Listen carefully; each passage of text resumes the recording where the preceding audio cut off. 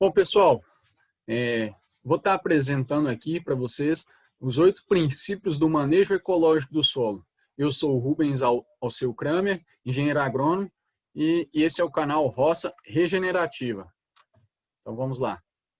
Pessoal, aqui nós temos 8 princípios para o manejo ecológico do solo, né?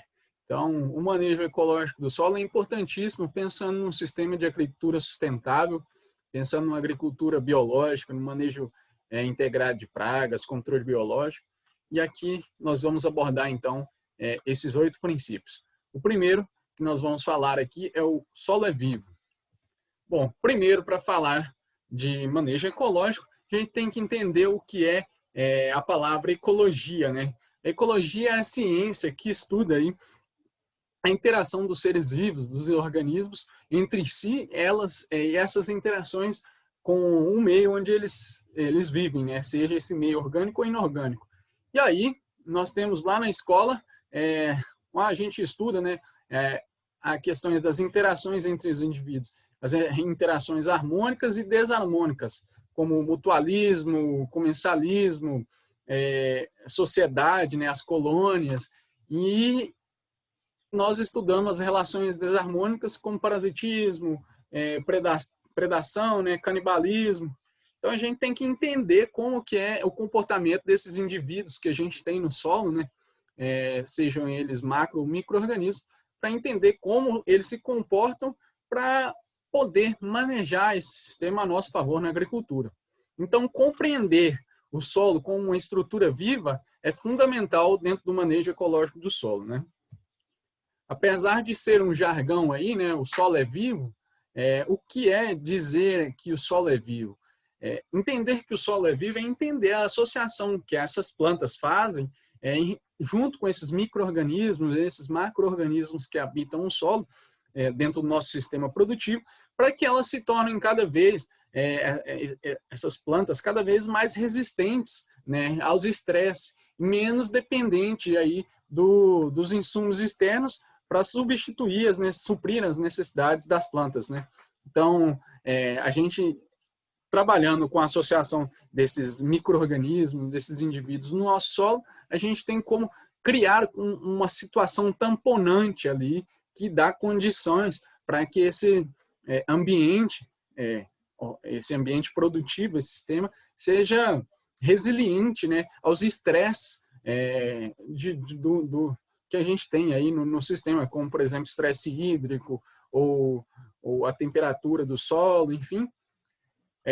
Bom, então, aqui vamos então partir para o conceito do solo vivo. Então, por que a gente diz que o solo é vivo? A gente tem um conjunto de micro-organismos e macro-organismos ali que habitam o nosso solo. Porém, na região da rizosfera, que é a raiz, próxima à raiz das plantas, é onde a gente encontra a maior quantidade de micro-organismos presentes no solo. Então, os estudiosos aí, os pesquisadores, dizem que é uma região próxima de 0,4 a 3 milímetros, próxima à região da raiz, onde que se forma essa rizosfera. O que seria essa rizosfera, então? A rizosfera nada mais é que uma região onde as plantas liberam compostos como carboidratos, aminoácidos, que vão suprir a necessidade desses micro-organismos. Então, a gente observa aqui que temos pelos radiculares. Então, essas estruturas da planta, a raiz da planta solta esses carboidratos. Esses carboidratos servem de alimento para nutrir uma microbiota. Então, o que a planta faz? Ela, com esse recurso, com esses exudatos que a gente chama, né, esses carboidratos e tudo, que compõem esses exudatos, a planta recruta um microbioma para auxiliar ela, tanto no sentido de absorção de água, nutriente, como no sentido de proteção da planta também, dessa raiz dessa planta.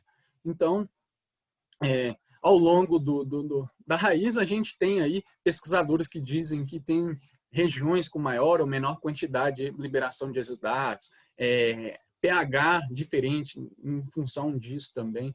Então, é um sistema à parte, digamos assim. É um mundo diferenciado que a planta cria para associar-se a esses micro-organismos, para criar uma condição de benefício, uma associação de simbiose ali, onde os micro-organismos atuam de forma a favorecer a planta, né, em troca desses exudatos. E aí, nessa imagem aqui, a gente tem uma ilustração mais próxima do que seria uma raiz. A gente vê os pelos radiculares aqui e um conjunto de micro-organismos próximo a essa raiz, fazendo ligações com ela. Então, a gente observa essas estruturas que seriam hifas, né? Então, imagina só, essa estrutura fina aqui, que são hifas, elas estão aumentando a superfície de contato, fazendo com que a planta absorva mais água, mais nutriente, dando condição para que ela consiga explorar de forma mais ampla ainda o solo, né? Então, esse é o grande benefício, né, da associação das plantas com os micro-organismos aí do solo. E aí, só para a gente ter um conceito aí, ó, do microbioma, né, do solo, nosso microbioma, já isso segundo os nossos estudos aí, das ciências agrárias, a gente tem entre 10 a 7 a 10 a 9 células por grama de solo. O que significa isso? Significa que eu tenho entre 10 milhões a 1 bilhão de células por grama de solo.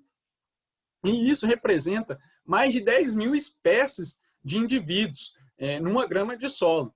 E aí, em outro, vamos mensurar, digamos assim, em condição de quilos, seriam a gente dizer aí que teríamos entre 100 a 1000 quilos de micro-organismos, né, de massa microbiana, numa região de 0 a 10 centímetros do solo ali. Então, como eu disse, a gente tem esses micro-organismos atuando ali junto às plantas. Então, a gente entender quem são esses micro-organismos e como eles estão agindo é importantíssimo. E aí, para isso, a gente tem um conjunto de elementos, né, do manejo que faz influência direta sobre o nosso microbioma do solo. Então, a fisiologia das plantas nos trópicos, ela é incrível porque é uma atividade intensa. Então, a temperatura, a umidade das nossas condições climáticas aqui no Brasil faz com que as plantas estejam sempre em atividade acelerada. O nosso processo com as plantas de exudatos é muito grande. As raízes, então, dessas plantas estão sempre ativas, soltando exudatos ali, e esses exudatos estão alimentando a nossa microbiota. Então, trabalhar com plantas que têm um sistema radicular diverso, por exemplo, quando a gente consegue trabalhar com adubação verde, aí é incrível, porque a gente consegue diversificar ali plantas diferentes no nosso sistema, que estão fornecendo diferentes tipos de exudatos. O solo influencia muito, então um solo arenoso, um solo argiloso tem comportamento diferente. A matéria orgânica do solo. A matéria orgânica ela é fundamental como alimento para essa microbiota. Então, a matéria orgânica, a gente comumente fala de matéria orgânica, mas a matéria orgânica ela é aquele material de origem vegetal que está em estágio avançado de decomposição, que então já está de forma a liberar esses nutrientes, já sofreu parte da ação pela microbiota. Então, os micro-organismos já estão agindo ali e decompondo ela. Então, ela serve de alimento para essa biota do solo. Então, a biologia do meu solo, quem são os indivíduos de fato que estão ali, esse microbioma é formado através desse conjunto de indivíduos que estão ali, fungos, bactérias, protozoários, vírus, viroides, e insetos, artrópodes. Então, esse microbioma é formado em função disso. E esses micro-organismos, em ação junto com as raízes das plantas, criam uma bioestrutura para o meu solo. E essa bioestrutura a gente vai estar abordando mais à frente. Adubação verde, no caso, e a adubação e nutrição mineral para as plantas também é um fator que influencia muito se eu trabalho com adubação verde ou não, se eu trabalho com adubação química, mineral, quais são os adubos que eu trabalho, a salinidade que eles têm. Então, esse é outro fator. muito importante também. E aí, aqui no segundo ponto, vamos para a matéria orgânica do solo. Bom, pessoal, aqui eu tenho duas imagens diferentes. Essa da esquerda aqui, nós temos um perfil de solo, onde a gente tem, a gente agronomicamente divide em horizontes. Então, o horizonte O é sempre a parte superficial do meu solo ali. A parte mais escura, onde a gente tem a deposição sempre da matéria vegetal, né, da palhada. E aí, esse processo, essa matéria orgânica decomposta, ela dá origem à matéria orgânica, de fato, que a gente chama do solo. E aí, eu pergunto aqui para vocês, por exemplo, nessa imagem aqui do lado da direita, qual desses dois torrões, que a gente chamaria, né, dessas duas estruturas, desses dois solos aqui, que você acha que é mais interessante, que é melhor, digamos assim? Provavelmente, se você falou que é esse escuro, realmente esse aqui tem condições de ser um solo melhor. Por quê? Porque naturalmente, como eu disse aqui nessa imagem do horizonte O, a matéria orgânica, ela no solo, ela se apresenta na parte superficial do solo de forma escura, porque é o processo de origem dela, dos elementos que após a decomposição, ela que lhe dá essa característica de cor escura aqui. Então, o solo, a gente observa que um solo escuro é um solo que tem presença de matéria orgânica, de material orgânico, carbono. E aí, a gente observa aqui, nessas duas imagens, que tem uma estrutura, parece mais coesa, mais densa, enquanto esse solo escuro aqui, com matéria orgânica, ele já apresenta grumos mais bem formados, espaços mais porosos. Então, a gente observa que é um solo mais estruturado, que já tem outros tipos de características, um solo mais aerado.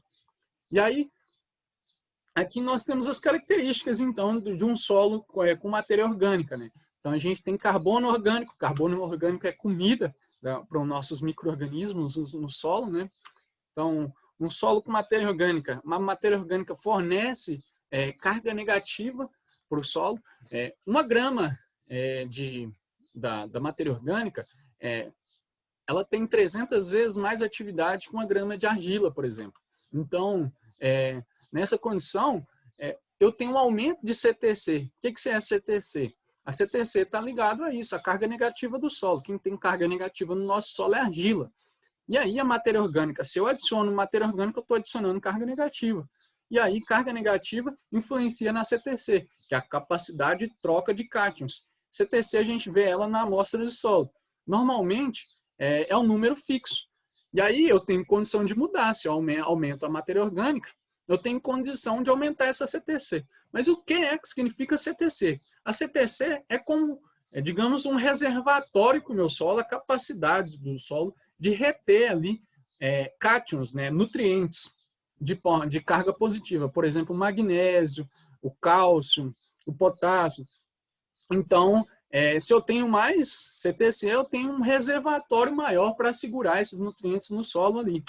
E aí, nós temos, por exemplo, os agentes cimentantes do solo, né, agindo no solo. Os agentes cimentantes são compostos liberados do processo de decomposição da matéria orgânica, que são o ácido úmico, o fúlvico, as uminas. Então, esses agentes cimentantes servem como colas. Então, as raízes e os micro-organismos formam espaços, e aí essas colas que os micro-organismos soltam, em outras palavras, fazem esses grumos, criam estruturas estáveis, né, que não vão sofrer com o processo, por exemplo, mais fácil de compactação da água, por exemplo, da chuva. Então, vai ser um solo mais resistente, que a gente chama um solo estruturado. Então, um aumento de retenção de água também em decorrência da matéria orgânica e da atividade biológica. E aí, tudo culmina também na redução do processo de erosão. E aí, a gente tem inúmeros outros também benefícios, mas esses seriam os principais. E aí, vamos falar então agora, o próximo seria a bioestrutura do solo. A gente tem duas imagens aqui, uma da esquerda e da direita. Da esquerda aqui a gente observa uma planta, um sistema radicular, onde nós temos nódulos A gente chama esses nódulos de sítio de produção de fixação biológica de nitrogênio, né? Aqui nesse nódulo, a gente tem uma associação de bactérias que pegam o nitrogênio da atmosfera e fixam no solo, deixando esse nitrogênio disponível para as plantas aí absorverem, né? E a gente observa um emaranhado de raízes, então a atuação dessas raízes no solo, né? Então, e aí, aqui nessa imagem aqui, representa melhor o tema bioestrutura do solo. Então, a gente observa as raízes criando canais entre os espaços entre o solo, né? E aí, à medida, por exemplo, que essa planta vai cumprir o ciclo dela, seja ela uma planta de adubação verde ou de cultivo anual, a gente vai cortar ela. Então, ela vai sair do sistema e vai morrer. A hora que ela morrer, as raízes vão se decompor e vai deixar espaços formados onde eram essas raízes. E essas raízes, esses espaços, vão formar canais no solo, canais que vão permitir uma aeração melhor, uma capacidade de infiltração melhor do solo. Então, vai deixar o solo mais poroso. E isso também acontece com a atividade biológica. Observe aqui nesse esquema aqui, mais embaixo, sand é areia, silt, né, e clay é argila. Então, a gente observa que em volta dessas estruturas, aqui também, a gente tem, nesse esqueminha, uma representação da atividade biológica. Então, esses micro-organismos, eles estão agindo no nosso solo também, em conjunto com o sistema radicular, formando uma bioestrutura. A gente observa como a gente diria na roça, esse torrão, esse macroagregado, espaços, canais, que são formados, estruturas, grumos que são formados por essa atividade biológica das raízes e dos micro-organismos. E aí aqui nós vamos então para o quarto ponto. O quarto ponto é a compactação do solo, né? Ou densidade aí. Então, que a gente mede pela densidade, né? Então a gente tem nessa imagem aqui 4 estruturas de solo. Qual imagem aqui dessas 4 você acha que é um solo mais adequado para uma planta crescer? Bom, se você acha que é o primeiro caso aqui, isso de fato, o solo mais adequado. A gente observa aqui um espaço entre as estruturas do solo, né? Então a gente observa canalículos aqui, que foram criados e tal, e aqui nas outras imagens a gente observa cada vez um solo mais compactado, estruturas mais agregadas, mais próximos, né? Sem micro e macro poros, e cada vez uma condição que vai caminhando para um processo ali onde a planta tem dificuldade de crescer raízes, né? Porque é um solo compactado, duro, em outras palavras. E aqui eu trouxe uma imagem de um penetrômetro de leitura direta. O que é o penetrômetro? Ele é um equipamento de leitura onde a gente faz a medição do grau de compactação que o meu solo está. Então, nós temos 3 faixas de compactação. Então, a primeira que vai de 0 a 200 megapascal e de 200 a 300, que é a faixa amarela, de 200 a 300, e a vermelha. Então, na faixa verde, as raízes têm capacidade de crescer, na faixa amarela já não tem tanta facilidade de crescer, e na faixa vermelha elas não têm capacidade de crescer. Então, esse é um equipamento que o agricultor pode ter, que ele vai fazer uma mensuração do grau de compactação das áreas produtivas dele aí, ó, em campo. Um equipamento muito interessante, muito funcional, fácil de trabalhar e que traz resultados incríveis para você conhecer o perfil do seu solo, né? E aí você consegue tomar decisão de forma mais clara. O quinto conceito é a cobertura do solo. Bom, a cobertura do solo ela é fundamental. A gente se tratando de qualquer sistema de cultivo. E por quê? Segundo os trabalhos da Embrapa, um solo descoberto ele chega até 70 graus de temperatura. Isso na nossa época de verão. Então, a gente imagina aí que nós, os seres humanos, no sol se a gente não tiver um protetor solar e ficar o dia inteiro exposto no sol, a gente pode pegar uma insolação, a gente pode ter algum problema. Então, imagina os micro-organismos que são seres unicelulares, seres microscópicos, que não têm uma capacidade de proteção tão grande assim, expostos à temperatura e à radiação solar. Visto que a radiação, os raios ultravioletas, eles são muito bons para ser esterilizante. A gente usa ele como esterilizante, né? Em laboratório, a gente tem sistemas de esterilização com radiação ultravioleta, né? Para matar micro-organismos. Então, a gente tem que proteger o solo da incidência direta da ação da luz do sol. Então, a cobertura do solo com a palhada, com a cobertura morta, ela é fundamental. Aqui a gente observa nessa imagem um plantio direto de soja com palhada, né, de milheto aqui. Aqui a gente observa um sistema de hortaliças, né, consociadas aqui, mas com solo coberto com palhada, que também é um sistema, a mesma área mais velha. Aqui também um sistema de soja com plantio direto e palhada. Aqui a mesma soja mais velha com a palhada. Aqui é palhada de braquiária, no caso. Aqui também um sistema de hortaliças com cobertura do canteiro com palha, né? Palha de braquiária aí. Então, a cobertura do solo é fundamental. E outro ponto importantíssimo da cobertura do solo é que a gente dá condição de diminuir a capacidade de evaporação da água do solo para a atmosfera, né? Então, o solo, como ele vai estar menos aquecido, como ele vai sofrer menos com a ação do vento, da radiação, ele vai perder menos umidade. Perdendo menos água, umidade, a gente tem um uso melhor, mais eficiente do sistema da irrigação ou da água da chuva, né? E isso, por exemplo, nos sistemas de sequeiro, vai culminar aí no sentido de que o solo, que o nosso sistema produtivo, ele vai ser mais resistente aí a estresses hídricos, né? Por exemplo, os veranicos, que são muito comuns aí para a nossa agricultura de grãos, né? Então, aqui é outro trabalho, isso pensando em grãos. Essa é uma área de pivô aqui, essa imagem. Então, a gente pensando em adubação verde. Como que a gente faz cobertura do solo? Adubação verde. Então, a adubação verde nada mais é de plantar espécies que tenham função específica, né, de fisiológica, para poder fornecer para mim alguns benefícios, sejam eles de controlar, por exemplo, nematóides, de fornecer matéria orgânica para o solo, palhada, né, cobertura do solo.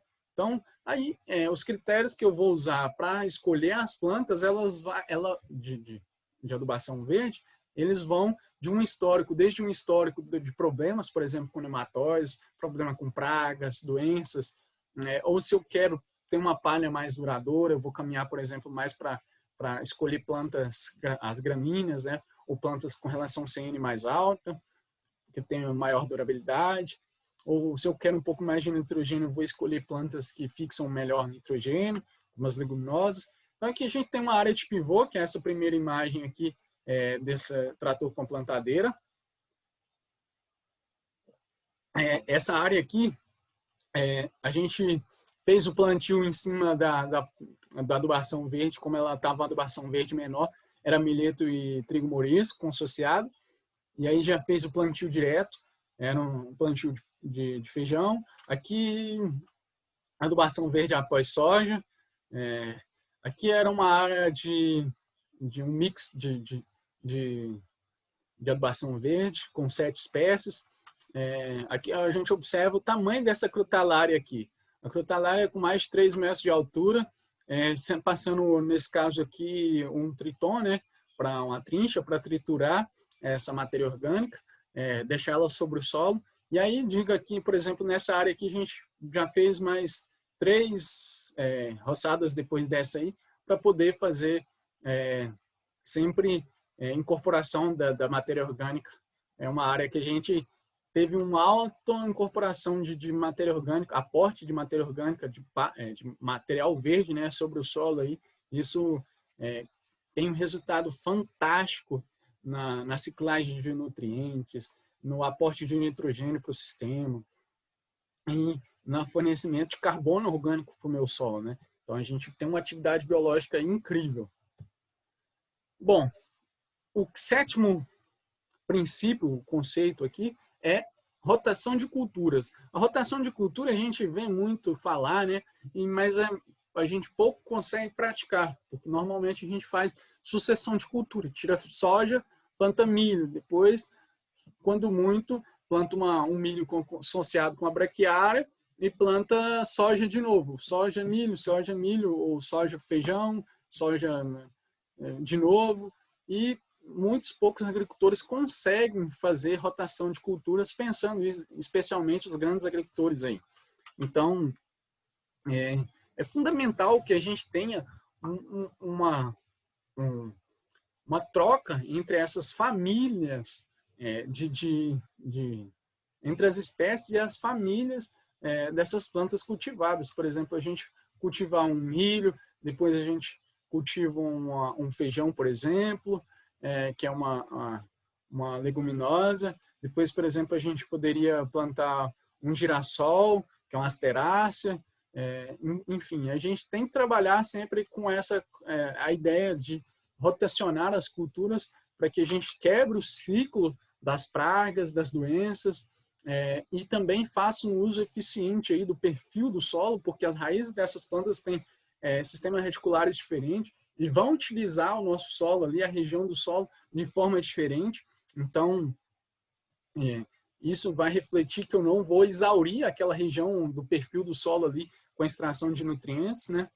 E fora a questão de, como eu disse aí, de não estar multiplicando tanto pragas como doenças aí, né? Quebrando esse ciclo dessas pragas e doenças aí. Bom, o oitavo é a adubação.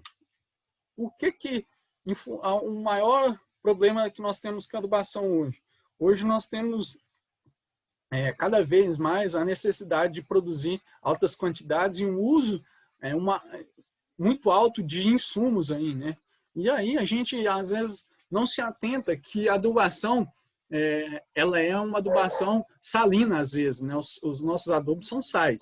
Então, para solucionar isso, nós temos que trabalhar com adubos cada vez mais que dão condição para a minha microbiota do meu solo. Não adianta eu pensar em fazer todo esse trabalho se eu não vou considerar, por exemplo, se eu faço todo esse trabalho para produzir matéria orgânica, para cultivar essa microbiota, para aumentar a atividade microbiota do meu solo. Se eu chego lá num passo e, por exemplo, coloco muito adubo salino no meu solo, por exemplo, então isso vai desfavorecer a minha microbiota. Então, hoje a gente tem adubos organominerais, que são a união de adubos químicos, minerais com adubos orgânicos, restos de algumas indústrias, com alguns estercos compostados.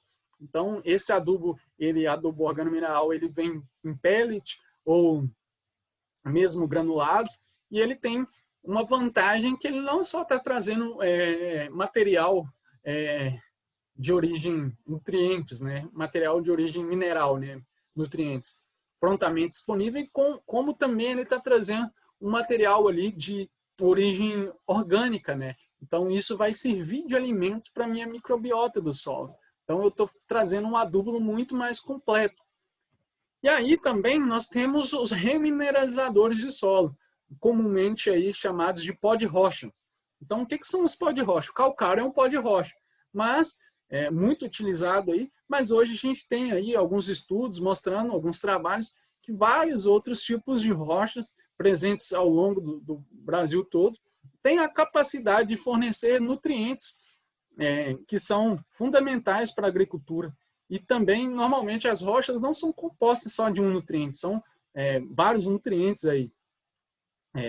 Então, é uma alternativa muito interessante para a gente trabalhar também Comumente a gente conhece o calcário e os fosfatos, né? O fosfato natural, que a gente faz a fosfatagem. E aí, hoje nós temos outros tipos de pós de rocha, com os micaxistos, o camafogito, os fosfatos, os basaltos, enfim. Temos uma infinidade de pó de rocha aí no Brasil. Então, como eu disse, aí a questão da salinidade. Esse quadro aqui eu estou trazendo para a gente observar essa questão de salinidade. O cloreto de potássio aqui é o primeiro campeão em salinidade. A gente observa que cloreto de potássio, a gente deixa ele lá no barracão, ele empedra. Por quê? Porque ele é um sal e ele absorve umidade da atmosfera e empedra lá, né? Então, ele praticamente, digamos assim, começa a derreter, né? E aí gruda em pedra. Então, o cloreto de potássio ele é extremamente salino. A gente vê aí o nitrato de amônio, nitrato de sódio, a ureia também, o sulfato de amônio. Então, a gente tem aqui os mais salinos e aí vai decrescendo, sulfato de potássio. A gente tem outros, por exemplo, o super simples aqui, fonte de fósforo, não é tão salino. Então, a gente tem que observar isso, né? Então, os pós de rochas vêm também, a gente tem uma quantidade maior de pó de rocha que fornece potássio. Então, é uma alternativa interessante para a gente estar diminuindo. E outra questão muito importante a gente lembrar, a composição, o cloreto, essa palavra aqui, cloreto, significa que ele tem cloro na composição química. O que a gente usa para matar micro-organismos, né? A gente usa a Kibol aí, né? Para limpar banheiro, para limpar, desinfectar ambientes, usa cloro na piscina para matar micro-organismos. Então, eu estou adicionando cloro no meu sistema, então esse cloro está matando a minha microbiota. E como a gente não consegue ver isso, a gente não observa isso de fato. Mas aí a gente tem alguns casos aí no Brasil de agricultores, como o próprio presidente do GAAS, o Rogério Vian, já trabalha há muitos anos aí sem o uso de cloreto de potássio. Ele está há mais de 15 anos, se não me engano, sem usar cloreto de potássio, só usando pó de rocha. Então, temos casos de sucesso aí já de eliminar, como um todo, a adição de alguns adubos salinos aí, químicos, né, na adubação. E aí, o que eu posso indicar para utilização na área inicial? Bom, eu acredito sempre que a gente tem que começar de forma fundamental com a adubação verde. Para quê? Fornecer cobertura do solo, fornecer matéria orgânica para o meu solo, para mim ter condição de ter casa e comida, porque matéria orgânica e cobertura do solo é casa e comida para micro-organismos. O terceiro seria a inoculação biológica do solo, né? A inoculação de micro-organismos no solo ali, fazendo a inoculação de sementes, trabalhando com tratamento de semente biológico, fazendo pulverizações de alguns biológicos específicos aí, que são estimulantes, né, de crescimento, por exemplo, o azospirilo. A gente tem alguns outros aí. Então, e aí, depois seria a adubação com remineralizadores, que é outro ponto importante. A gente tem que seguir essa ordem, porque se eu coloco o pó de rocha no meu solo e eu não tenho atividade biológica para ajudar na biodisponibilização, na degradação desse material para tornar disponíveis os nutrientes para a planta, eu tenho um efeito muito reduzido. E depois integrar doenças e pragas aí, né, de pragas e doenças, que é o MIP, trabalhando com controle biológico, né? E aí eu acho que essa seria a sequência ideal para se iniciar um trabalho numa área, sempre pensando, o ponto fundamental é a adubação verde, colocar matéria orgânica no solo, cobertura do solo. Possui um solo degradado e pobre em nutrientes, é possível aplicar? Sim. Primeiro passo para fazer esse trabalho seria uma análise química, né, para fazer a identificação da fertilidade, né, do solo, fertilidade química, a biológica e análise física do meu solo, para identificar. A biológica, a gente tem alguns laboratórios aí que fazem já, ainda poucas pessoas conhecem, mas nós já temos aí, a Embrapa acabou de lançar nesse ano aí outro protocolo de análise enzimáticas. Análise física é com aquele penetrômetro, que para mim é incrível, muito fácil, o próprio agricultor faz. E aí, o segundo passo, diante dos resultados dessa análise, né? Análise química, a gente faz o diagnóstico, recomendação da adubação para correção química, né? Do fornecimento dos nutrientes que a gente precisa. Trabalho sempre que possível com adubos menos salinos, os pó de rochas, ou adubo organomineral. A análise biológica, aí eu tenho o diagnóstico do perfil biológico do meu solo, quem é os indivíduos que estão ali.